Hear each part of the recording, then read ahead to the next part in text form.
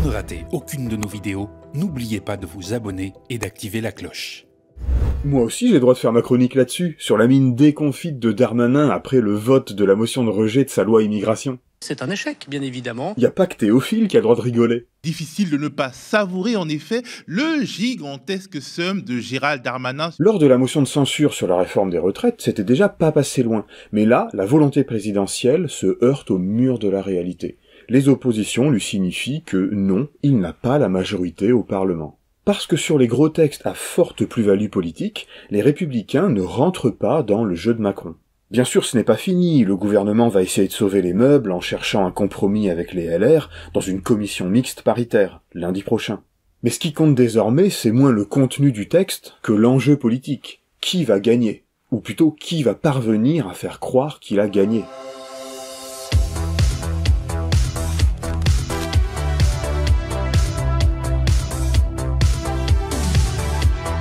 La commission mixte paritaire, c'est l'instance de négociation entre 7 sénateurs et 7 députés qui doit déboucher sur un texte presque final, avec 5 membres de la majorité, 4 LR, 2 socialistes, 1 RN, 1 LFI et 1 centriste.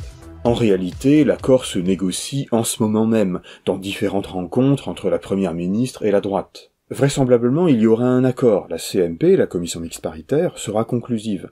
L'incertitude porte sur le lendemain, quand le nouveau texte repassera devant l'Assemblée. Trouvera-t-il une majorité?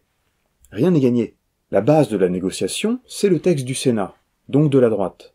Alors Renaissance cherche à adoucir le texte, conserver l'aide médicale d'État, revenir sur les attaques contre le droit du sol, ou supprimer l'article conditionnant les prestations sociales à 5 années de résidence. Les LR veulent rester sur le texte du Sénat. La motion de rejet les a bien arrangés. Ils reprennent la main. L'intérêt de la séquence, c'est de dire qu'à la fin, la loi adoptée est vraiment la nôtre, et pas celle de Gérald Darmanin, résume un cadre LR dans Libération. Mais alors que feront les quelques Renaissance et les Modem qui ne voulaient pas du texte très droitier du Sénat? Et inversement, que feront les quelques LR qui trouvaient que le texte du Sénat n'était pas suffisant? Une solution pourrait consister à satisfaire la droite en retirant l'article 4 bis sur la régularisation des travailleurs sans papier, tout en promettant à l'aile gauche de Renaissance et au Modem que cet article passera par un texte séparé. Mais dans ce cas, cette aile gauche ainsi que le groupe Lyot ne pourraient plus voter cette loi immigration entièrement réduite à son volet fermeté. En fait, tout indique que le problème qui s'est posé à l'Assemblée avant la motion de rejet se reposera à l'Assemblée après la commission mixte paritaire. Alors quoi? Recourir au 49.3? Emmanuel Macron a écarté cette possibilité. S'il l'utilise contre sa majorité, il risque une fronde.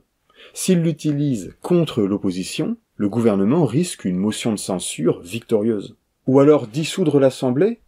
Ils en parlent, mais ce n'est pas à l'ordre du jour. La Macronie verrait sans doute ses effectifs réduits, le Rassemblement national monterait, la gauche s'effondrerait, sauf si elle parvenait à réitérer l'accord NUPES, mais la situation générale ne serait pas spécialement bouleversée.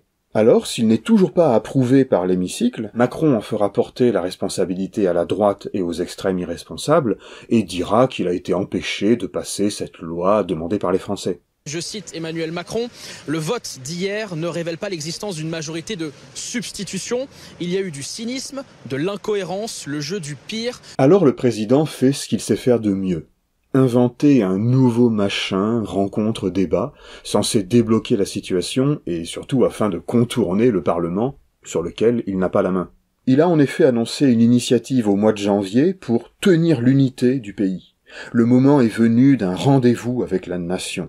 Il faut redonner une espérance, un goût de l'avenir. Et là, je pense qu'il va donner au quinquennat un nouveau cap. Moi, je suis super excité. Non mais là, il est dans le déni. 1 an et demi après le début du quinquennat, les rapports de force n'ont pas bougé d'un pouce. Il a les moyens de gouverner, mais il peut plus rien faire d'ambitieux. Il est dans une impasse. Non seulement il ne parvient pas à enrôler les LR, malgré l'agitation de Darmanin qui devait servir de trait d'union, mais en plus l'épisode révèle que son pouvoir de contrainte sur sa majorité est considérablement affaibli.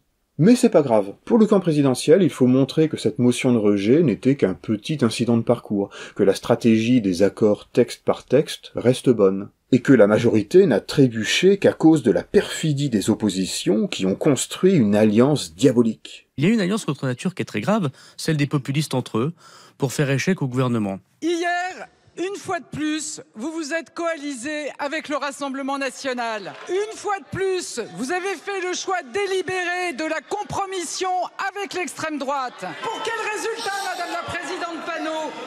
Malgré vos tentatives d'empêcher la discussion, le débat parlementaire va se poursuivre. Ces accusations sont ridicules. Ils pourraient à la rigueur faire un procès en opportunisme. Mais d'une part, ce sont les RN qui ont voté la motion des écolos, pas l'inverse. D'autre part, ils ont joint leur voix pour des raisons diamétralement opposées. Et enfin, des tas de textes passent à l'Assemblée en étant votés conjointement par Renaissance et le Rassemblement national. Il n'y a pas d'alliance. Une motion de rejet, c'est un vote binaire. Oui, bien sûr. Oui, mais on vote oui ou non le rejet du texte.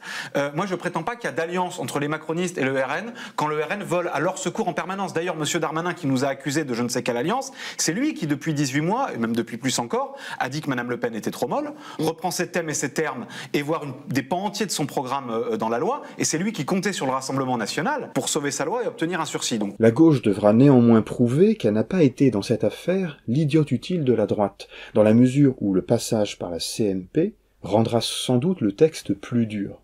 La gauche soutient que de toute façon, à l'Assemblée, Darmanin était déjà en train de redroitiser le texte, pourtant détricoté par la commission des lois. Et c'est exactement ce que disait Gérald Darmanin tout à l'heure, qui, pour se dédouaner de sa propre responsabilité, parce que c'est lui qui met ce texte en CMP aujourd'hui, alors qu'il pourrait le retirer.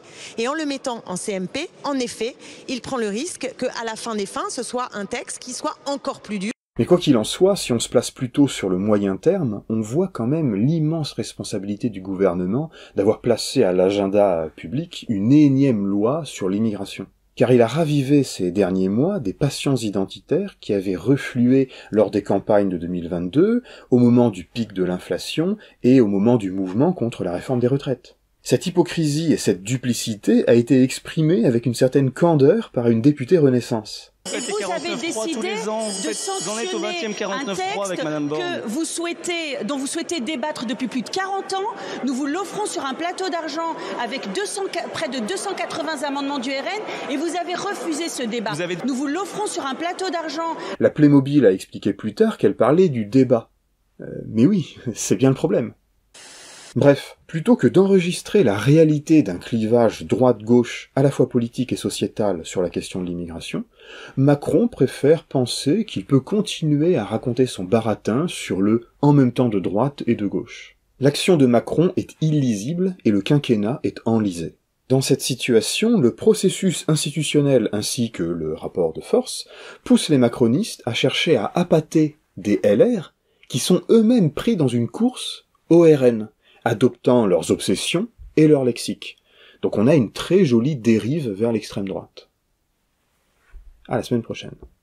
Et petit message pour vous rappeler qu'on est jusqu'à la fin de l'année dans une pleine campagne d'appel aux dons, parce que le média est certes engagé sur une voie prometteuse, mais on reste quand même super fragile. Donc si vous reste un peu de sous après les cadeaux, c'est pour nous, je vous laisse regarder les liens.